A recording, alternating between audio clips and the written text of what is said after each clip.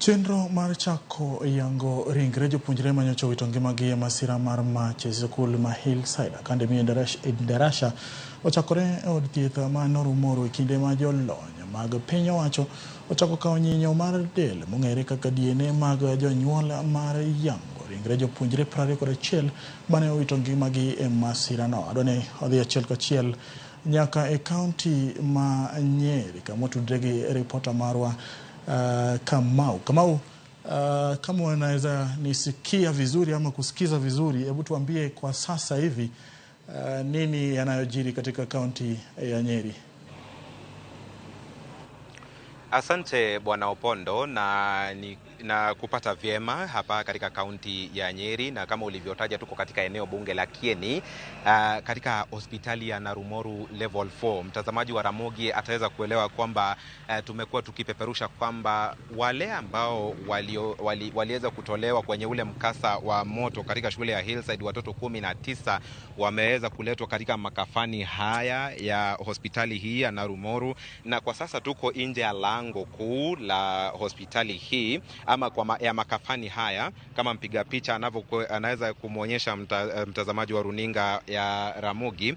Na ni kwamba kwa sasa kati ya wazazi ambao wameathirika, kumbuka kuna wazazi mara mbili. Kuna wale ambao wamefika hapa kwa sababu wanakisia kwamba watoto wao pengine walifariki. Kuna wale ambao bado wanaaminia kwamba watoto wao wako hai, lakini ili kuhakikisha kwamba watoto wao wako hai wamefika katika makafani haya ili chepechepe zao za DNA ziweze kuchukuliwa na ili ziweze kulinganishwa na miili 19 ya watoto waliolala katika makafani haya. Shughuli inayoendelea hapa ni kwanza counseling ama huduma za kuwapa ushauri wale wazazi ambao wamefika hapa na ambao bado hawajui hatima ya watoto wao, na pili kuna kuchukuliwa kwa zile chepechepe za DNA, na ni shughuli ambayo tayari imeanza. Na kufikia sasa tumeziona familia moja ama mbili ambazo zimeweza kutoka kwenye lango lile zikiwa zimejawa na majonzi, wengi wakiwa wamewezwa hata hawawezi kutembea, na ni ishara tu ya huzuni iliyo hapa.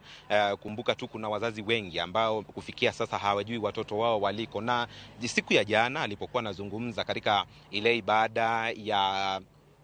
ibada ya ukumbusho katika eneo hilo la Ndarasha mkabala tu na shule ya Hillside, kaimu kamishna wa eneo la kati Bwana Pius Murugu aliweza kutaja kwamba hii ni process ambayo itachukua muda mrefu, na itazibidi familia ambazo kufikia sasa hazijui walioko wana wao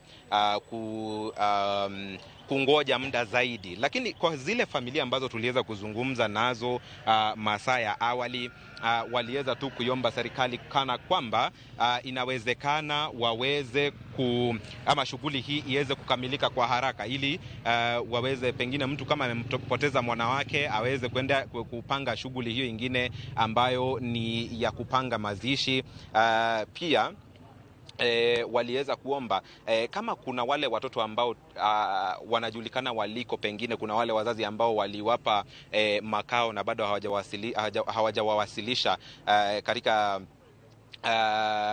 zile idara tofauti ziko hapa, waweze kufanya hivyo ili hawa wazazi waweze kuwa na ule moyo wa kukubali kilichotokea. Kama watoto wao wako hai wawaliwaze, na kama kuna wale ambao wamefariki waweze kukubali hayo. So kufikia sasa hayo ndiyo ambayo yanaendelea. Tunasubiri taarifa kutoka kwa afisa wa idara ya upelelezi Bwana Martin Nyuguto, ambaye alikuwa ameahidi kwamba atatupa taarifa, na kati ya maswali ambayo tutakuwa tunataka yajibiwe ni mahali ambapo uchunguzi umefikia, pengine kina nani wameweza kuulizwa maswali, kina nani wameweza kuhojiwa, na zaidi kiini cha moto wa Ndarasha kilikuwa ni nini, na ni mkasa ambao ulijiri na kusababisha vifo vya watoto 21 ambao wamelazwa kwenye makafani tofauti katika kaunti ya Nairobi, ile ya Nyeri, na hapa katika eneo la Narumoru. Kama una swali James,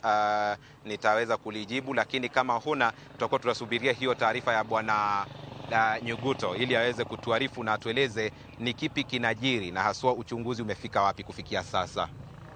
Asante sana Kamau Mwangi kwa hiyo ripoti kamili. Nitakuacha uendelee na shughuli zako. Tutajuza wasikilizaji wetu ikifika saa 1 na saa 3. Yani Kiswahili kauna chwada ya mama kuberebere nyakora mkajua ngine mitne nikech koro seche moko nyalo chopo kama koro idwaro ni Kiswahili obed mutegno. Koro gima no puonja class ya makora tiyo godo sani. Kata kamano wadognu e dholuo mung'iyo go. Kunena to bro wacho ni James Opondo kia Kiswahili.